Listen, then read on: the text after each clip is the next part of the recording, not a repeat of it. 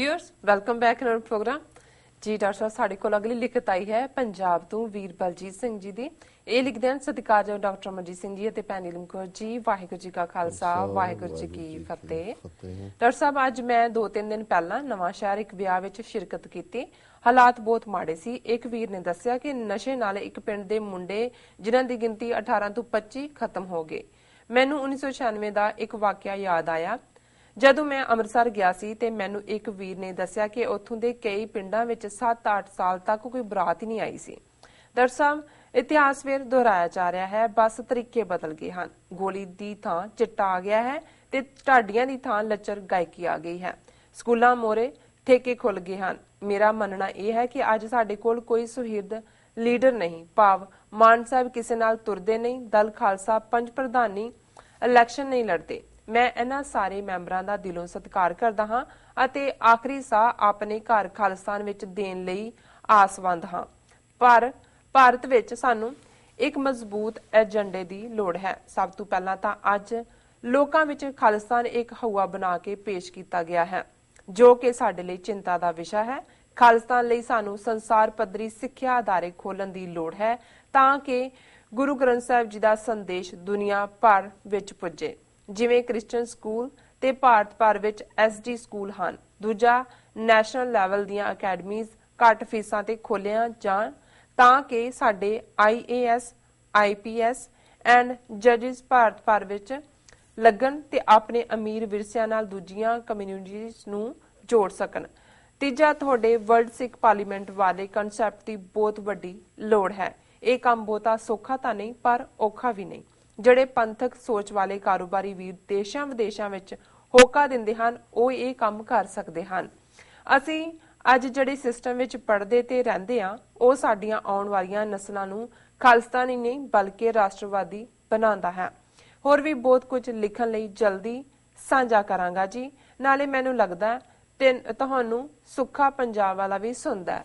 ਬਿਸਤ ਦੁਆਬ ਨਹਿਰ ਦੀ ਨੁਹਾਰ ਬਦਲਣ ਲਈ ਕੰਮ ਸ਼ੁਰੂ ਹੋ ਗਿਆ ਹੈ ਜੀ। ਵਾਹਿਗੁਰੂ ਜੀ ਕਾ ਖਾਲਸਾ ਵਾਹਿਗੁਰੂ ਜੀ ਕੀ ਫਤਿਹ। ਅਸੀਂ ਆਪਣੇ ਸੁਪਨੇ ਮਰ ਨਹੀਂ ਦੇਣੇ। ਖਾਲਿਸਤਾਨ ਜ਼ਿੰਦਾਬਾਦ ਜੀ। ਡਾਕਟਰ ਸਾਹਿਬ ਜ਼ਿੰਦਾਬਾਦ ਜ਼ਿੰਦਾਬਾਦ। ਵੀਰ ਬਲਜੀਤ ਸਿੰਘ ਜੀ ਦਾ ਬਹੁਤ ਬਹੁਤ ਸ਼ੁਕਰੀਆ। ਉਹਨਾਂ ਨੇ ਸਾਨੂੰ ਲਿਖਿਆ, ਬਹੁਤ ਸੋਹਣੀ ਟਾਈਪ ਕੀਤੀ ਹੋਈ ਹੈ ਜੀ ਔਰ ਕੋਈ ਟਰਾਂਸਲੇਟ ਕਰਨ ਦੀ ਲੋੜ ਨਹੀਂ। ਉਹਨਾਂ ਨੇ ਆਪਣਾ ਨਵਾਂ ਸ਼ਹਿਰ ਦੇ ਹਵਾਲੇ ਨਾਲ ਗੱਲ ਸ਼ੁਰੂ ਕੀਤੀ ਕਿ ਉਹਨਾਂ ਨੇ ਉੱਥੇ ਦੇਖਿਆ ਔਰ ਉੱਥੇ ਉਹਨਾਂ ਦੇ ਨੋਟਿਸ 'ਚ ਆਇਆ ਜੀ ਕਿ ਕਿਵੇਂ 18 ਤੋਂ 25 ਦੇ ਕਰੀਬ ਲੜਕੇ ਜਿਹੜੇ ਨੇ ਉਹ ਡਰੱਗਸ ਦੇ ਨਾਲ ਉੱਥੇ, ਕਿਉਂਕਿ ਹੈਰੋਇਨ ਨੂੰ ਚਿੱਟਾ ਕਹਿੰਦੇ ਨੇ, ਉਸ ਦੇ ਨਾਲ ਮਰ ਗਏ। ਔਰ ਫਿਰ ਉਹਨਾਂ ਨੇ ਆਪਣਾ 1998 'ਚ ਅੰਮ੍ਰਿਤਸਰ ਦੇ ਹਵਾਲੇ ਨਾਲ ਕਿਹਾ ਕਿ ਭਾਈ ਉਹਨਾਂ ਦੇ ਇਹ ਸੁਣਨ 'ਚ ਆਇਆ ਸੀ ਕਿ 7-8 ਸਾਲ ਬਰਾਤ ਨਹੀਂ ਚੜ੍ਹੀ ਜਾਂ ਨਹੀਂ ਚੜ੍ਹੇਗੀ ਕਿਉਂਕਿ ਇੰਨੇ ਲੜਕੇ ਸਿੱਖ ਨੌਜਵਾਨ ਉਸ ਦੌਰ 'ਚ ਝੂਠੇ ਪੁਲਿਸ ਮੁਕਾਬਲਿਆਂ 'ਚ ਮਾਰੇ ਗਏ ਸੀ। ਔਰ ਉਹੀ ਮੈਰਿਜੇਬਲ ਏਜ ਜਿਹੜੀ ਹੁੰਦੀ ਹੈ 16-17 ਸਾਲ ਤੋਂ ਉਹ ਪਿਕ ਕਰ ਲੈਂਦੇ ਸੀ, ਕਈ ਵਾਰੀ 14-14 ਸਾਲ ਦੇ ਮੁੰਡਿਆਂ ਨੂੰ ਵੀ ਜੀ। ਔਰ ਕੋਈ ਸ਼ੱਕ ਨਹੀਂ ਹੈ ਕਿ ਮਾਝੇ 'ਚ ਖਾਸ ਤੌਰ 'ਤੇ ਅੰਮ੍ਰਿਤਸਰ ਗੁਰਦਾਸਪੁਰ 'ਚ ਬਹੁਤ ਸਾਰੇ ਪਿੰਡਾਂ ਦੇ ਵਿੱਚ ਇੱਕ ਜਿਵੇਂ ਸੁਲਤਾਨਵਿੰਡ ਦੇ, ਜੇ ਮੈਂ ਗਲਤ ਨਾ ਹੋਵਾਂ, 32-33 ਸਿੱਖ ਨੌਜਵਾਨ ਉਸ ਪਿੰਡ ਦੇ ਝੂਠੇ ਪੁਲਿਸ ਮੁਕਾਬਲਿਆਂ 'ਚ ਮਾਰੇ ਗਏ ਸੀ। ਔਰ ਉਹਨਾਂ ਨੇ ਕਿਹਾ ਕਿ ਭਾਈ ਅੱਜ ਜਿਹੜਾ ਤਰੀਕਾ ਬਦਲਿਆ ਏਜੰਸੀਆਂ ਦਾ, ਗੋਲੀ ਦੀ ਥਾਂ ਚਿੱਟਾ ਜੀ। ਔਰ ਢਾਡੀਆਂ ਨੇ ਜਿਹੜੀ ਵੀਰ ਰੱਸੀ ਵਾਰਾਂ ਰਾਹੀਂ ਕੋਈ ਤਬਦੀਲੀ ਲਿਆਉਣੀ ਸੀ ਉਹਨਾਂ ਦੀ ਥਾਂ ਤੇ ਅੱਜ ਲੱਚਰ ਗਾਇਕ ਜਿਹੜੇ ਨੇ ਉਹਨਾਂ ਨੂੰ ਪ੍ਰਮੋਟ ਕੀਤਾ ਜਾਂਦਾ। ਫਿਰ ਉਹਨਾਂ ਨੇ ਆਪਣੀਆਂ ਧਿਰਾਂ ਤੇ ਹਿਰਖ ਕੀਤਾ ਕਿ ਮਾਨ ਸਾਹਿਬ ਕਿਸੇ ਦੇ ਨਾਲ ਨਹੀਂ ਤੁਰਦੇ ਤੇ ਦਲ ਖਾਲਸਾ ਔਰ ਪੰਜ ਪ੍ਰਧਾਨੀ ਉਹਨਾਂ ਨੇ ਕਿਹਾ ਕਿ ਜੀ ਅਸੀਂ ਚੋਣਾਂ ਨਹੀਂ ਲੜਨੀਆਂ। ਫਿਰ ਉਹਨਾਂ ਨੇ ਸੰਸਾਰ ਪੱਧਰੀ ਤੋਂ ਇਸ ਗੱਲ ਨੂੰ ਕਿ ਜਿਹੜਾ ਖਾਲਿਸਤਾਨ ਦਾ ਹਊਆ ਖੜਾ ਕੀਤਾ ਹੈ ਇਸ ਨੂੰ ਖਤਮ ਕੀਤਾ ਜਾਏ, ਸੰਸਾਰ ਪੱਧਰੀ ਪ੍ਰਚਾਰ ਹੋਏ ਜੀ। ਇਹ ਸਾਰੀਆਂ ਗੱਲਾਂ ਨਾਲ ਤਾਂ ਕਿਉਂਕਿ ਇਨਫੋਰਮੇਸ਼ਨ ਵੀ ਹੈ ਔਰ ਸੁਝਾਅ ਵੀ ਨੇ। ਪਰ ਜਦੋਂ ਫਿਰ ਉਹਨਾਂ ਨੇ IAS IPS ਦੀ ਗੱਲ ਕੀਤੀ ਕਿ ਭਾਈ ਟ੍ਰੇਨਡ ਹੋਣ, ਅਕੈਡਮੀਆਂ ਹੋਣ, ਫਿਰ ਮੈਨੂੰ ਵੀ ਲੱਗਾ ਵੀ ਅਜੇ ਇਹ ਵੀ ਵੀਰ ਕਨਫਿਊਜ਼ਡ ਨੇ ਕਿ ਜਿਹੜੇ ਤੁਹਾਡੇ, ਔਰ ਉਹਨਾਂ ਨੇ ਕਿਹਾ ਵੀ ਜਿਹੜਾ ਉਹਨਾਂ ਦਾ ਸਿਸਟਮ ਹੈ ਸਾਰਾ ਉਹ ਤਾਂ ਕੋਈ ਸਿੱਖ ਕੌਮ ਪ੍ਰਸਤ ਨਹੀਂ ਬਣਾਉਂਦਾ, ਉਹ ਤਾਂ ਇੰਡੀਅਨ ਨੇਸ਼ਨ ਹੀ ਬਣਾਉਂਦਾ। ਔਰ ਜਿੰਨਿਆਂ ਨੂੰ ਮੈਂ ਇੱਥੇ ਮਿਲਿਆ ਪਿਛਲੇ 20-25-30 ਸਾਲ ਜਿੱਥੋਂ ਆਉਂਦੇ ਨੇ ਉਹ ਤਾਂ ਸਾਰੇ ਹੀ ਬ੍ਰੇਨ ਵਾਸ਼ਡ ਨੇ, ਉਹਨਾਂ ਨੂੰ ਤਾਂ ਕੋਈ ਸਮਝ ਹੀ ਨਹੀਂ ਹੈ ਦੂਸਰੇ ਪਾਸੇ ਦੀ।